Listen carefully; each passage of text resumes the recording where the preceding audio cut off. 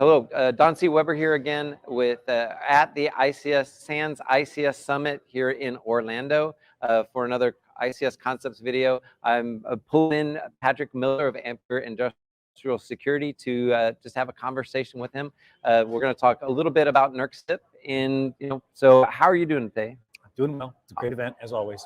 Awesome. Good to see you. So if you can help people understand what NERC CIP is and why it's important. Sure. NERC CIP is the Critical Infrastructure Protection Standards. It's a federal regulation. It's essentially done by, the authority comes from FERC, which is kind of NERC's boss, so to speak. So yeah, it's basically a federal law that says if you're an electric utility of a certain size, and you're either in a transmission space or transmission or generation, you have these security standards you have to follow. There's 12 of them. And they really are simplified basically as you have to know what your critical stuff is. You have to have some policies and procedures in place and kind of someone in charge of your program. You got to vet your people and train your people.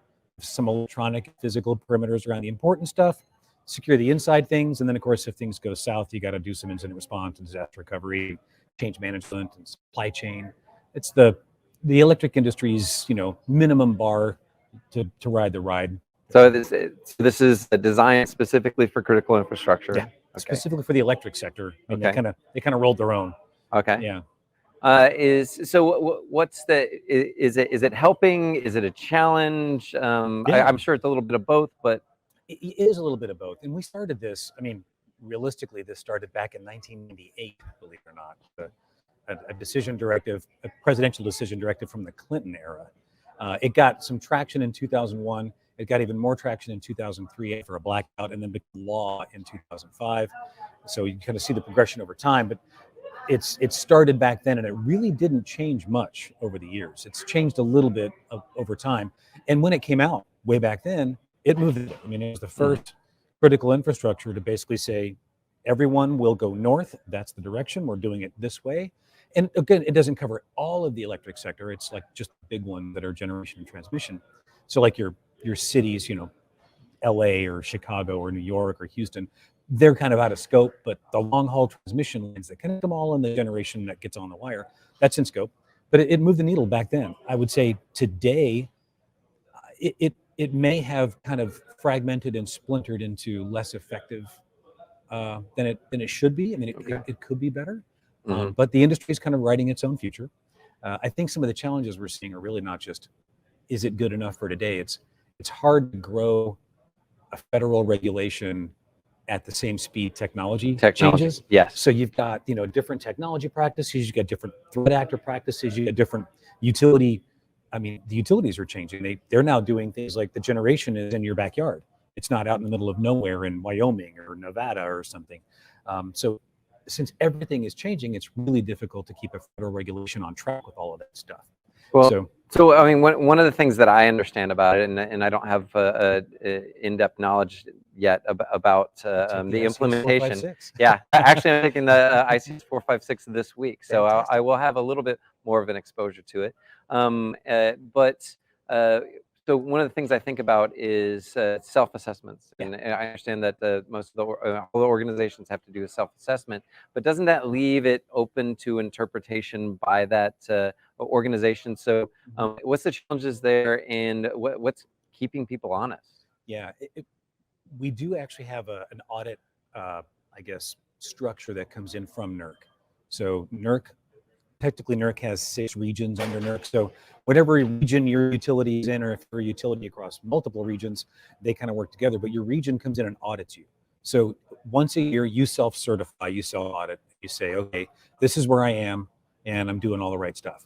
Once every 3 years, if you're a transmission company, and 6 or 9 if you're a generation, they show up and audit you just to make sure that you're still where you said you were supposed to be. Okay. Yeah. Interesting. So I am taking the 456. What should I be concentrating on something? Should I be and what should I expect to get out of it? I think, like any standard, I mean, I'm Italian. I call it Italian food. It's all the same ingredients. You just mix it up a different way and you call it something else. All the controls are the same controls as you see in anything else, whether it's IEC 62443 or NIST or any of the NIS or CAF in the UK or BSI in Germany. It's the same thing. You already know all of these concepts. They're just grouped in different ways for this particular standard, the way they like to I guess, evaluate and audit their own practice. So it's not something that's going to be revolutionary. The difference is who it applies to, who audits, what the audits feel like, what they look like, what you have to produce as evidence, because you can say, yeah, I know where all my stuff is. And like, okay, well, where's the list? So what's in my head? I can't audit what's in your head. I got to, basically it's records where it didn't happen. Right. So a lot of the challenge with this is just producing the records. Yeah, if you didn't write it down, you can't measure it. If you can't measure it, you can't improve. Yeah. Right. Exactly. Yes, and I look at a lot of things. I deal with utilities, but mainly from a security assessment standpoint, possibly with some of this stuff checking a box, but I've never actually been asked to lay out anything very specifically associated with NERC regulations or part of the checkbox. The explanation to me has always been that this will get to the people that know how to correlate all that stuff. So especially for the information security professionals that are going to come in and potentially do security assessments in there, what should the expectations be around doing assessments in these environments that correlate with the NERC CIP? Should they be worrying about it? Should they be modifying their practices? I would say, yeah, there's a little bit of modification needed. I guess first things first, go read it. I mean, it's actually not that long. There's a lot of extra fluff around it. There's like, applicability tables and all this other stuff, but you just read the requirements themselves, because that's what the law is around. It's just the requirement language. And it's really a fast read. I mean, you can do it in under an hour probably just to read the requirements. And they're in normal or natural enough language to where you kind of get a really good idea of what they want.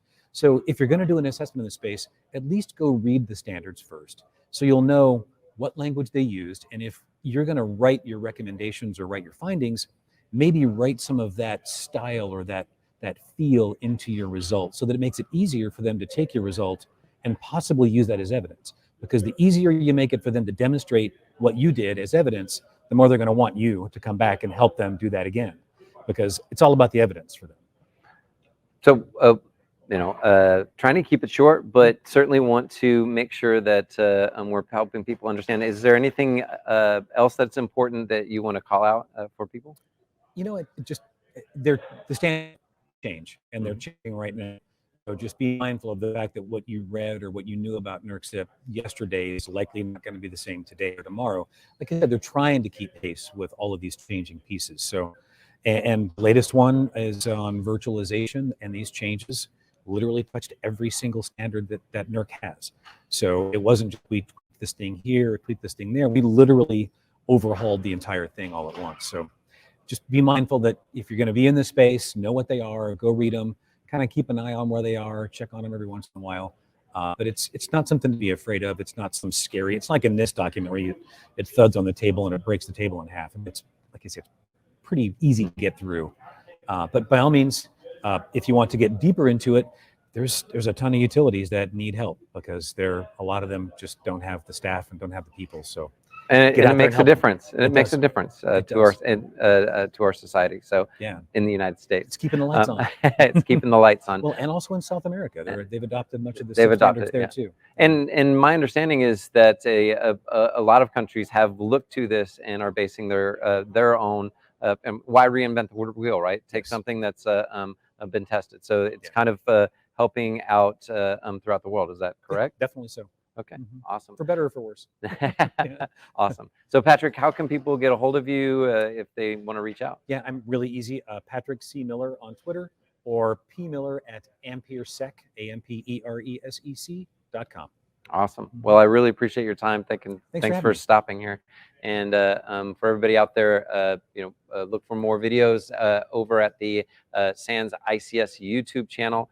Patrick's not giving a talk this time. It periodically does. I usually do, yeah. But also check out his Friday thing for ICS.